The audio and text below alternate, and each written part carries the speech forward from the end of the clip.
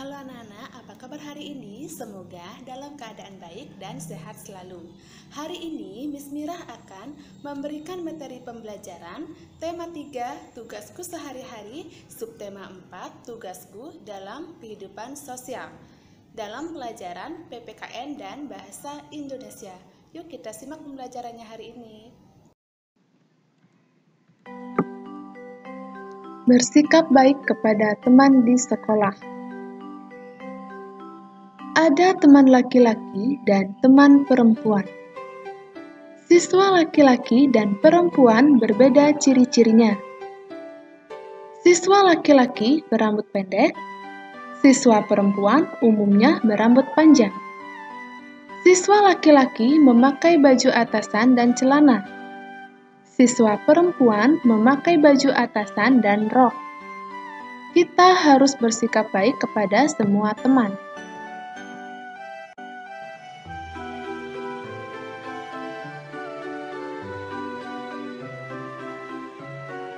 Keberagaman suku bangsa di Indonesia. Indonesia terdiri dari banyak pulau. Di setiap pulau terdapat beragam suku bangsa. Perhatikan gambar dan pakaian adat yang digunakan anak pada gambar di samping. Nah, gambar yang pertama ada anak yang mengenakan pakaian adat Bali, yaitu dari suku Bali. Selanjutnya, ada anak yang mengenakan pakaian suku Minangkabau, ya. Kalau suku Minangkabau itu berasal dari mana anak-anak? Ada yang tahu? Kalau suku Minangkabau itu berasal dari Sumatera. Jadi, contoh suku bangsa dari berbagai pulau di Indonesia banyak sekali anak-anak.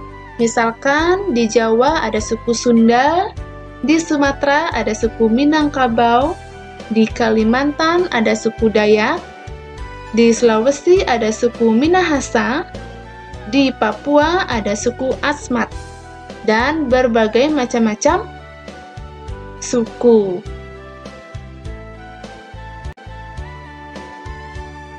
Menemukan informasi dan persamaan kata yang berkaitan dengan kehidupan sosial.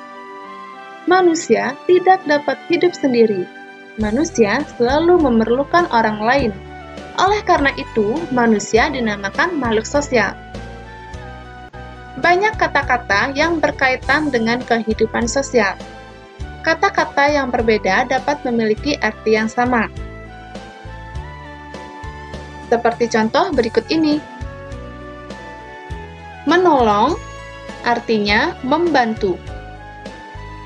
Kolaborasi itu artinya kerjasama. Kelompok artinya tim. Ramah itu artinya menyenangkan. Sedih artinya duka. Indah artinya elok. Peduli artinya memperhatikan. Sinonim artinya persamaan kata. Mendengarkan dongeng yang berkaitan dengan kehidupan sosial. Dongeng adalah cerita khayalan atau cerita yang tidak benar-benar terjadi. Melalui dongeng dapat mengetahui contoh sikap baik yang dapat ditiru. Misalnya, sikap tolong-menolong, kerjasama, dan toleransi dalam kehidupan sosial. Seperti contoh dongeng berikut ini, anak-anak, disimak ya.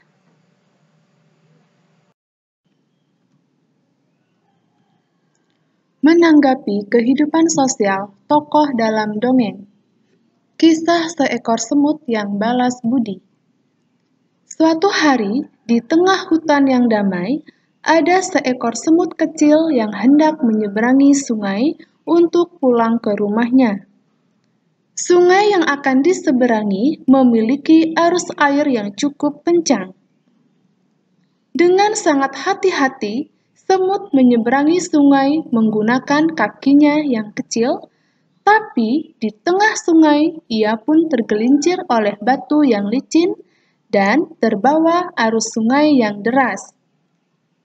Ia pun berteriak minta tolong sekuat tenaga.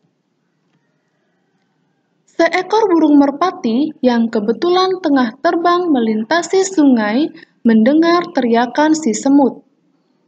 Ia pun turun dan mengambilkan daun untuk menolong semut yang hampir tenggelam.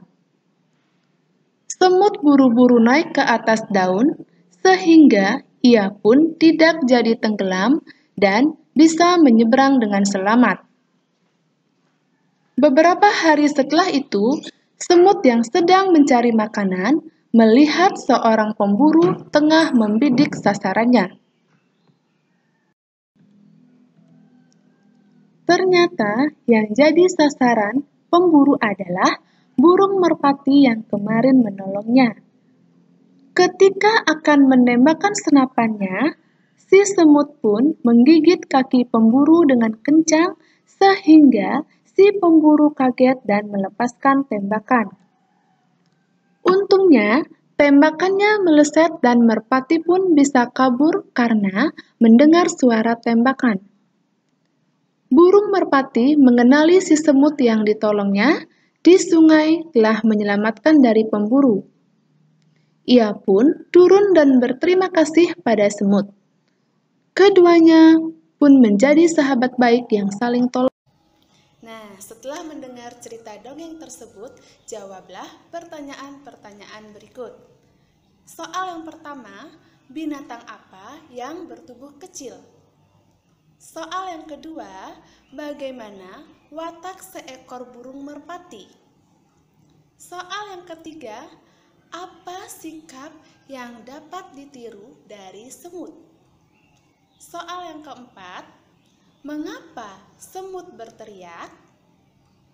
Soal yang kelima, pesan apa yang bisa diambil dari isi cerita dongeng tersebut? Nah, baik anak-anak, cukup sekian apa yang Miss bahas dalam pelajaran hari ini. Semoga bermanfaat dan tetap semangat dalam belajar. Sampai jumpa, terima kasih.